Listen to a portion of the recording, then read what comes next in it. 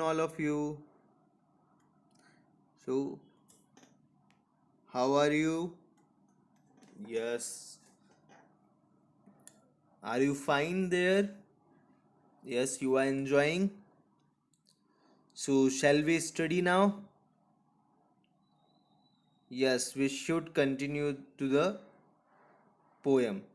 Today we are going to learn a poem. First we read it and then understand it, then you are going to learn it. Okay?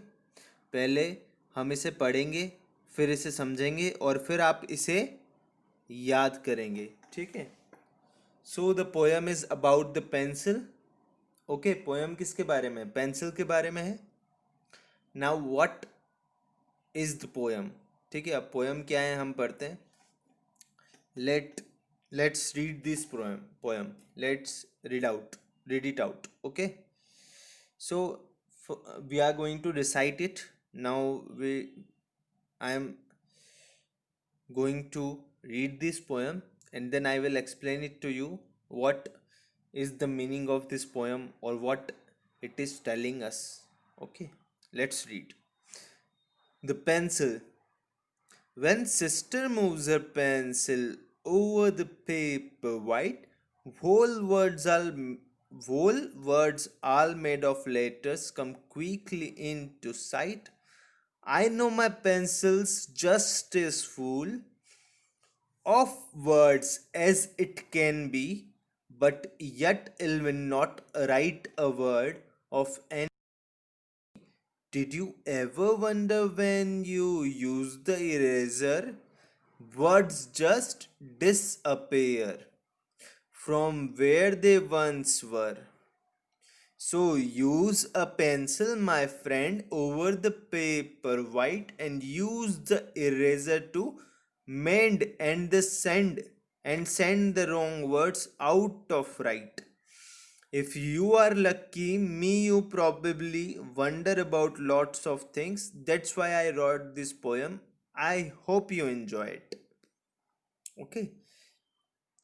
So again I am going to read it out so you can easily learn and understand what are the words. Okay.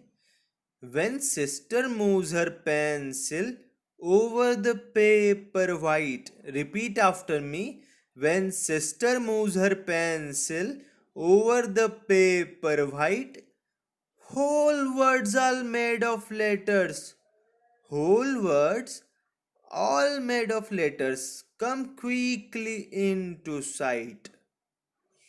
I know my pencil's just as full of words as it can be, but yet it will not write a word of anything for me. Did you ever wonder when you use the eraser, words just disappear from where they once were? So use a pencil, my friend, over the paper white. Repeat after me. So use a pencil, my friend, over the paper white and use an eraser to mend and send the wrongs out of right. Very good. If you are like me, you probably wonder about lots of things. That's why I wrote this poem. I hope you enjoy it. Okay. Now we will now we are going to understand this poem. अब क्या करेंगे, हम इसे समझेंगे poem को कि poem में क्या लिखा है, इसका मीनिंग क्या है. What is the meaning of this poem, है ना. पोएम पेंसिल के बारे में आप लोग को पता है. नाउ व्हेन सिस्टर, अब ये कौन बोल रहा है? पोएट बोल रहा है. पोएट कौन है? Anonymous poet. एक एनोनिमस मतलब क्या होता है? गुप्त. एनोनिमस मतलब गुप्त. ठीक है. तो जिसने ये पोएम लिखी है उसका नाम हमें पता नहीं है, तो हम उसे एनोनिमस बोलते हैं. जैसे ठीक है, कहीं पे भी मतलब किसी ने आपको कोई क्या किया, हम लोग देते हैं ना, गुप्त दान करते हैं. गुप्त दान मतलब जो लोग मंदिर मंदिर में पैसा वैसा दे देते हैं और क्या रखते हैं, अपना नाम एनोनिमस रख लेते हैं. मतलब वो बताते नहीं है, वो बोल देते हैं कि किसी को बताना मत ये दान कहाँ से आया है, ठीक है, उसको एनोनिमस बोलते हैं, ठीक है।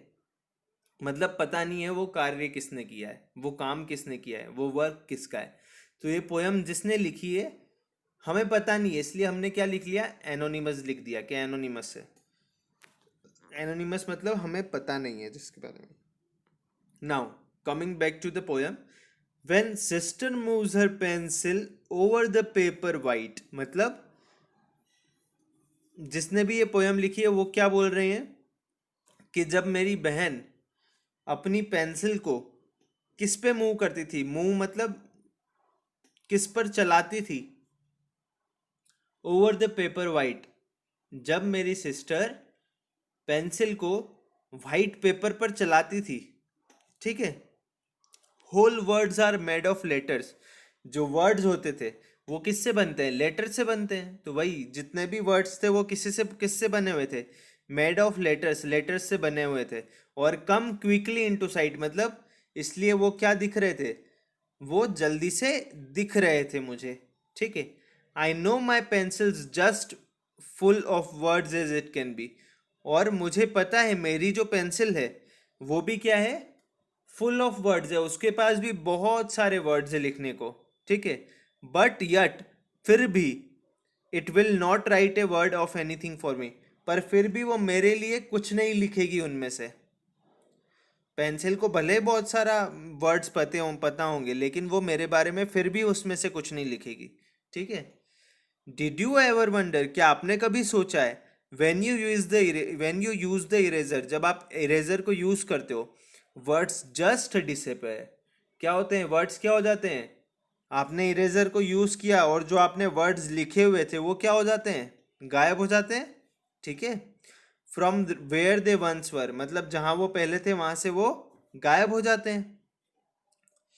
सो use a pencil my friend over the paper white, इसलिए तुम क्या करो, पेंसिल को यूज करो किस पे, वाइट पेपर पे पेंसिल को यूज करो। And use an eraser to mend and send the wrongs out of right, और क्या करो, इरेजर को यूज करो ताकि तुम किसको गायब कर सको, किसको मिटा सको,